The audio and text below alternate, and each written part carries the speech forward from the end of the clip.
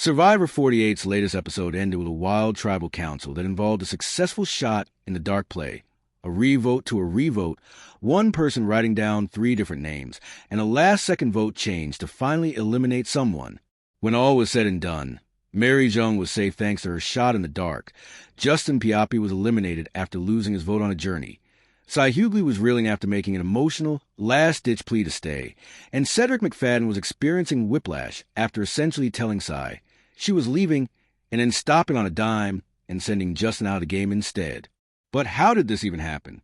Many viewers were no doubt scratching their heads trying to keep up and figure it all out, even as Jeff Probst explained on screen why certain people could not vote or draw at certain times. For those still doing sketchy Survivor math in their heads long after the episode finished in the hopes of finally unscrambling everything, the host offered a fuller explanation on the latest episode of His On Fire with Jeff Probst podcast. There was a lot going on because of lost votes and votes that were sacrificed, Probst says on the podcast. So let me just take you through the big points. You get to tribal and you start with this. Justin doesn't have a vote, so he's not voting tonight at all. Then Mary decides to sacrifice her vote to play the shot in the dark, and she gets it. So she's now safe but doesn't have a vote either. Okay, we're with you so far, Jeff. And by the way, props to Mary for becoming the second player in Survivor history after Caleb Jeeberwold on Survivor 45 to successfully play a shot in the dark that saved her. Anyway, after that, Cy and Cedric both re-vote while a powerless and voteless Justin and Mary looked on, with Cy voting for Justin and Cedric voting for Cy. A tie.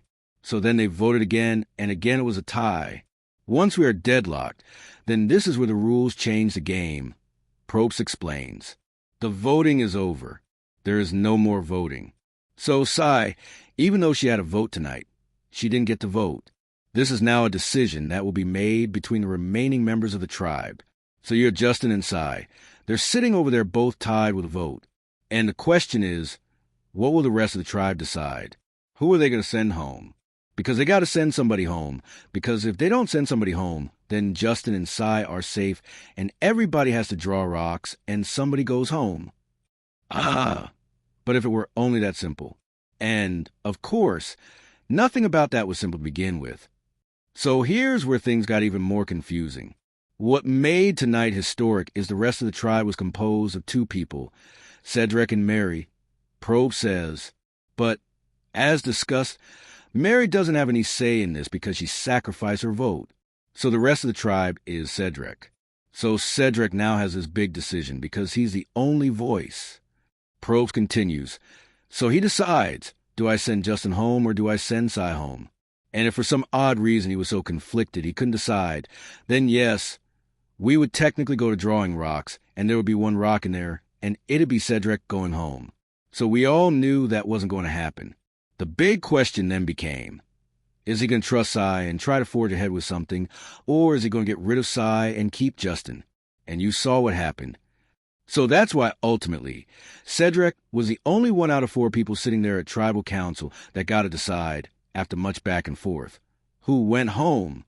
It was a brutal end for Justin, who did not ask to go on the journey, and did not ask to play the dice game that lost him his vote, which ultimately led to his torch snuffing. Probst also weighed in on the ousted player. You know what I loved about Justin is the way he went out is exactly my experience with him, says the host, when he basically said to Cedric, hey man, we'll be friends either way, so you do what you gotta do. That's the guy I fell in love with. I was bummed to see Justin go. I don't think he ever got his footing. I'm not sure he ever really took a hold of the game in a way that I think he might wish he had, because he's very smart. That guy's IQ is high, graduated from Yale, put law school on hold to help run the family business, the pizza business.